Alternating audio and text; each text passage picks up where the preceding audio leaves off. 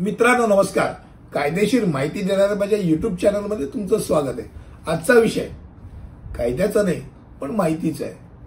Rohingya हा शब्द अनेक वेळेला ऐकायला येतो, पण रोहिंग्या हा प्रकार काय आहे याची माहिती आज आपण आजच्या व्हिडिओत घेणार आहोत. पहिली गोष्ट म्हणजे रोहिंग्या हा शब्द एका विशिष्ट समुदायाला म्हटला जातो. तो समुदाय कुठचा आहे तर हा शब्द राखांगा किंवा रोशंगा या शब्दावरनं आला असावा आणि तो अराकान राज्यासाठी वापरला जातो. रोहिंग्या या शब्दाचा अर्थ रोहिंगचा रहिवासी असा होईल, जो अराकानचे सुरुवातीचे मुस्लिम नाव होते. आता रोहिंग्या या शब्दाचा ऍक्च्युअली वापर ऐतिहासिकदृष्ट्या विचार करायचा झाला तर ब्रिटिश राजवटीपासून त्याचं दस्तऐवजीकरण केलं गेलंय रोहिंग्या शब्दाचा. बांगलादेश आणि म्यानमार म्हणजे ब्रह्मदेश आपण म्हणतो याचे मूळ रहिवासी आणि हा प्रदेश चित्तगाव विभाग म्हणजे खास करून बांगलादेशच्या खालचा आणि राखीन राज्य म्यानमार मधील वरचा भाग या पार्टमध्ये रोहिंग्या समाज राहतो. तर रोहिंग्यांना जर बघायला गेलं तर जगातील सर्वात कमी अपेक्षित असलेलं असं कोण व्यक्ती असतील तर ते रोहिंग्या.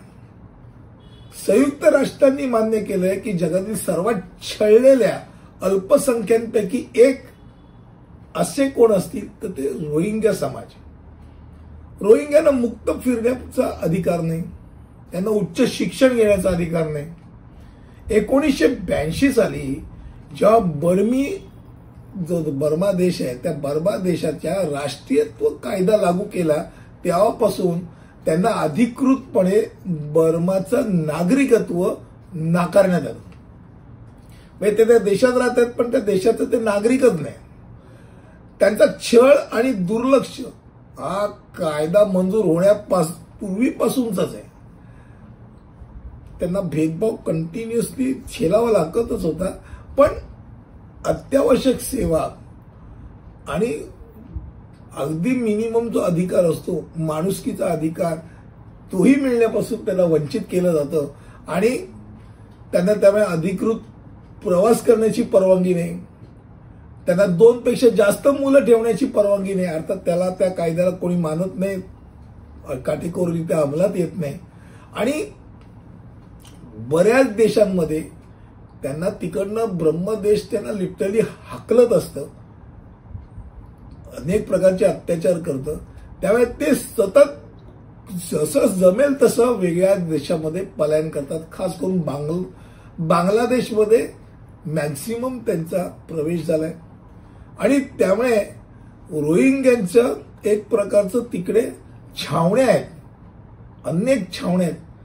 तर बांगलादेश स्वतः श्रीमंत नाही म्हटल्यानंतर त्या छावण्यांमध्ये अवस्था काय असेल तुम्ही विचार करू शकता. आणि त्याचप्रमाणे रोहिंग्या हा विविध भारताच्या राज्यांमध्ये हा प्रवेश करून झालेला आहे आणि त्यांचा हा जो प्रवेश आहे खास करून तो मुस्लिम समाजाचा असल्याकारणाने मुस्लिम बहुल प्रदेश होत जात असल्याकारणाने ही व्यक्ती काय भारतीय नसल्याकारणाने सुप्रीम कोर्टाने सांगितले की भाऊ भारत देश हा भारतीयांकरता आहे, रोहिंग्या हा भारतीय नाही, तेव्हा तुम्ही इकडनं तुमच्या देशात निघून जा.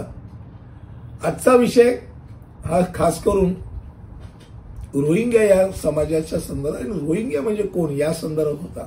मला असं वाटतं की कमी शब्दामध्ये तुमच्यासमोर हा विषय मांडला. पुढील व्हिडिओमध्ये असंच काहीतरी घेऊन येईल. तिथपर्यंत इथेच थांबतो. धन्यवाद.